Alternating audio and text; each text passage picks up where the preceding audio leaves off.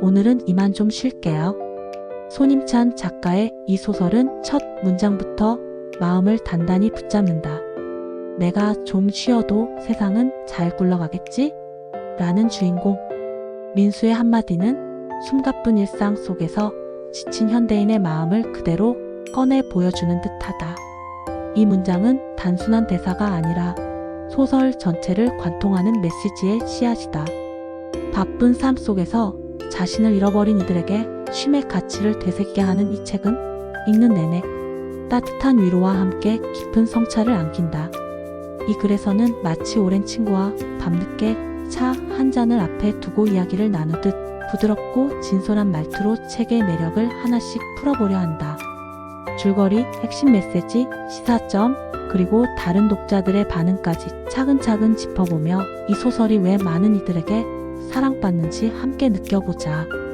책의 줄거리 민수의 쉼과 성장의 여정. 오늘은 이만 좀 쉴게요는 30대 초반의 평범한 회사원 민수의 이야기를 중심으로 펼쳐진다. 민수는 서울의 대기업 마케팅팀에서 대리로 일하며 매일 끝없는 야근과 성과 압박에 시달린다. 그는 늘 조금만 더 버티면 나아질 거야 라는 생각으로 자신을 몰아붙이지만 어느 날 갑작스레 찾아온 번아웃으로 모든 것을 내려놓고 싶어진다. 소설은 민수가 충동적으로 사표를 던지고 제주도로 떠나는 3개월간의 여정을 섬세하게 그린다. 민수는 제주에 도착해 바닷가 근처의 작은 게스트하우스에 머문다. 그곳에서 그는 다양한 사람들과 만나며 삶의 새로운 면면을 발견한다. 예를 들어 게스트하우스를 운영하는 50대 여성 은주는 젊은 시절 화려한 연극배우였다. 그러나 사랑하는 이를 잃고 삶의 의미를 잃은 그녀는 제주로 내려와 새로운 시작을 꿈꾼다. 민수는 은주와의 대화를 통해 과거의 상처를 안고도 삶을 이어가는 법에 대해 고민한다.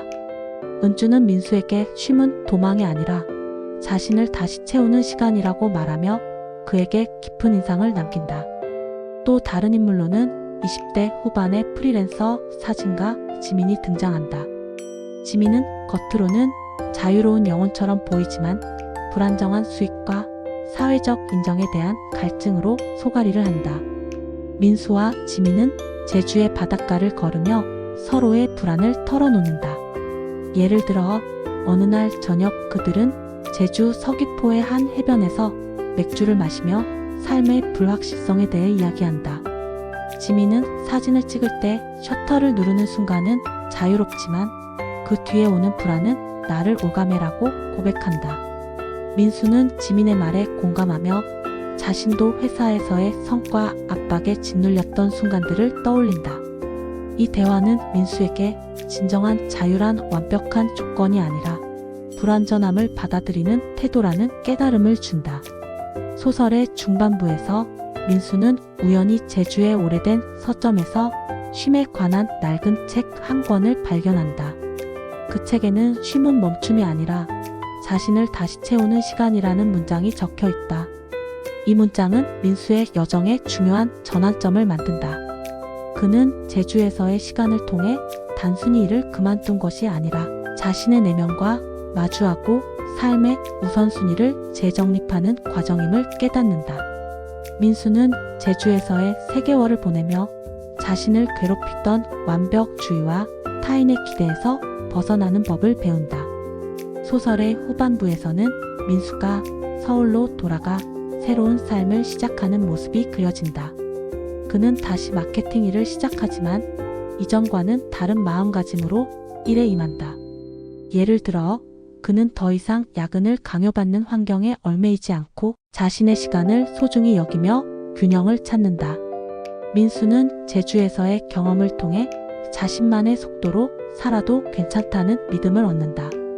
소설은 민수가 작은 아파트에서 창밖을 바라보며 미소 짓는 장면으로 마무리된다. 그 미소는 단순한 행복이 아니라 자신을 받아들이고 삶을 사랑하는 마음의 표현이다. 핵심 메시지 쉼, 연결, 그리고 자기 수용. 오늘은 이만 좀 쉴게요가 전하는 핵심 메시지는 쉼의 재정이다. 작가는 쉼을 단순히 일을 멈추는 소극적인 상태로 보지 않는다. 대신 쉼은 자신을 돌아보고 삶의 본질적인 가치를 재발견하는 능동적인 과정으로 묘사된다. 민수의 제주도 여정은 단순한 휴식이 아니라 자신의 내면과 마주하고 삶의 방향을 재설정하는 시간이었다. 책은 현대인들에게 멈추는 것을 두려워하지 말라고 말한다. 쉼은 게으름이나 도피가 아니라 더 나은 삶을 위한 필수적인 단계라는 것이다. 예를 들어 민수가 서점에서 발견한 문장은 이 메시지를 상징적으로 보여준다. 그는 쉼을 통해 자신을 잃지 않고 오히려 더 단단한 자신을 찾아간다. 두 번째 메시지는 타인과의 연결이다. 민수는 은추, 지민 등 다양한 사람들과의 만남을 통해 자신의 문제를 객관적으로 바라본다. 은주의 이야기는 민수에게 과거의 상처를 끌어안고도 앞으로 나아갈 수 있다는 희망을 준다. 지민과의 대화는 민수에게 자유와 불안의 공존을 이해하게 한다. 작가는 인간관계가 단순히 위로를 주는 것을 넘어 서로의 삶을 비추는 거울이 될 수 있다고 강조한다. 예를 들어 은추가 민수에게 들려준 연극배우 시절의 이야기는 민수로 하여금 자신의 삶을 연극 무대처럼 바라보게 한다. 그는 자신의 삶이 완벽한 대본이 아니라 즉흥적으로 써 내려가는 이야기임을 깨닫는다. 세 번째 메시지는 자기 수용이다. 민수는 처음에는 자신의 번아웃을 약점으로 여겼다. 그는 왜 나만 이렇게 힘들까라며 자신을 자책했지만 제주에서의 시간을 통해 번아웃이 인간적인 감정임을 받아들인다. 작가는 완벽하지 않은 자신을 사랑하는 법을 배워야 한다고 말한다. 민수의 성장 과정은 독자들에게 실패나 좌절도 삶의 일부라는 메시지를 전한다. 예를 들어 민수가 제주에서 만난 한 노인은 인생은 완벽한 직선이 아니라 구불구불한 길이라고 말한다. 이 말은 민수뿐만 아니라 독자들에게도 깊은 울림을 준다. 시사점 현대사회와 쉼의 재발견. 이 소설은 현대사회에서 쉼이 얼마나 중요한지를 다시 생각하게 한다. 오늘날 우리는 끊임없는 경쟁과 효율성을 강요받는다. 스마트폰 알림, 끝없는 업무 이메일, SNS에서의 비교는 우리를 쉬지 못하게 만든다. 민수의 이야기는 이런 현실 속에서 쉼이 사치가 아니라 필수라는 점을 상기시킨다. 제주도는 단순한 배경이 아니라 현대인의 바쁜 삶과 대조되는 느림의 상징이다. 예를 들어 민수가 제주 바닷가에서 아무 생각 없이 파도를 바라보는 장면은 독자들에게도 잠시 멈춰서 자연과 함께 호흡할 시간을 제안한다. 이 책은 특히 번아웃을 경험한 이들에게 큰 위로를 준다. 민수의 사표는 단순한 충동이 아니라 자신을 위한 용기 있는 선택이었다. 이는 독자들에게 나만의 속도로 살아도 괜찮다는 메시지를 전달한다. 한국 사회에서는 버티는 것이 미덕으로 여겨지곤 한다. 하지만 이 소설은 멈춤의 가치를 새롭게 조명한다. 예를 들어 민수가 회사에서 받은 압박은 많은 직장인들이 공감할 수 있는 현실이다. 그가 사표를 내고 제주로 떠난 결정은 독자들에게 나도 변화를 시도할 수 있지 않을까라는 용기를 준다. 또한 이 책은 타인과의 관계를 통해 자신을 발견하는 과정을 강조한다. 민수가 만난 인물들은 각기 다른 삶의 무게를 지니고 있지만 그들은 서로에게 위로와 깨달음을 준다. 이는 우리가 일상에서 만나는 사람들과의 대화가 얼마나 소중한지를 되새기게 한다. 현대 사회에서 점점 더 개별화되고 고립되는 삶 속에서 이 책은 연결의 가치를 다시금 생각하게 한다. 예를 들어 민수와 지민이 바닷가에서 나눈 대화는 단순한 수다가 아니라 서로의 삶을 비추는 거울이 된다. 이는 독자들에게도 내 주변 사람들과 더 깊이 소통해볼까라는 질문을 던진다. 더 나아가 이 소설은 자기 수용의 중요성을 강조한다. 민수는 자신의 불완전함을 받아들이며 비로소 자유로워진다. 이는 현대인들에게도 중요한 시사점이다. SNS와 사회적 비교 속에서 우리는 종종 더 완벽해야 한다는 압박을 느낀다. 하지만 이 책은 완벽하지 않아도 괜찮다고 말한다.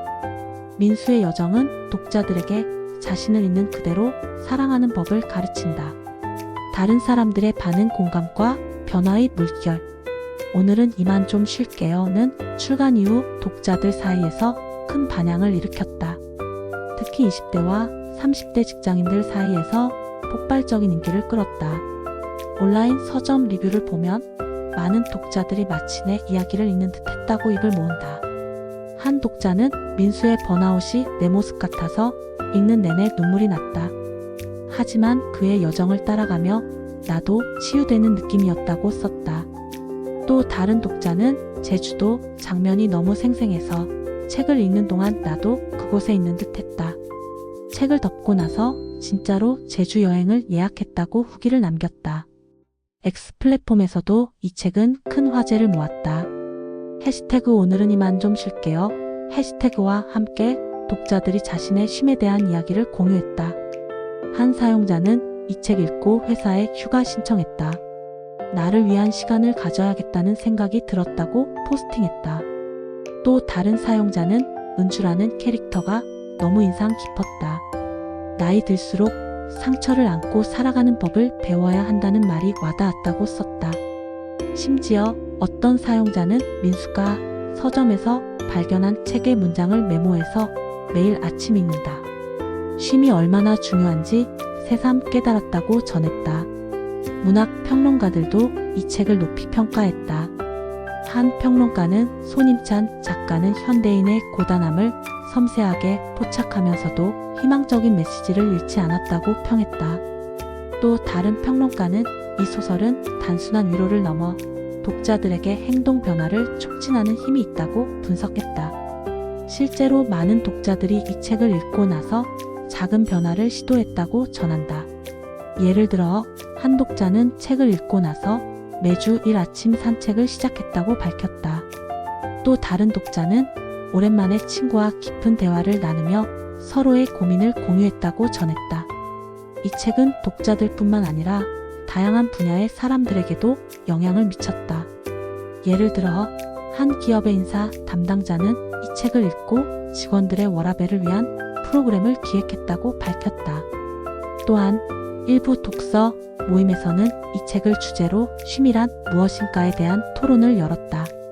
이처럼 오늘은 이만 좀 쉴게요는 단순한 소설을 넘어 독자들의 삶에 실질적인 변화를 일으키는 촉매가 되고 있다. 마무리 당신의 쉼은 어떤 모습인가요? 오늘은 이만 좀 쉴게요는 단순한 소설이 아니다.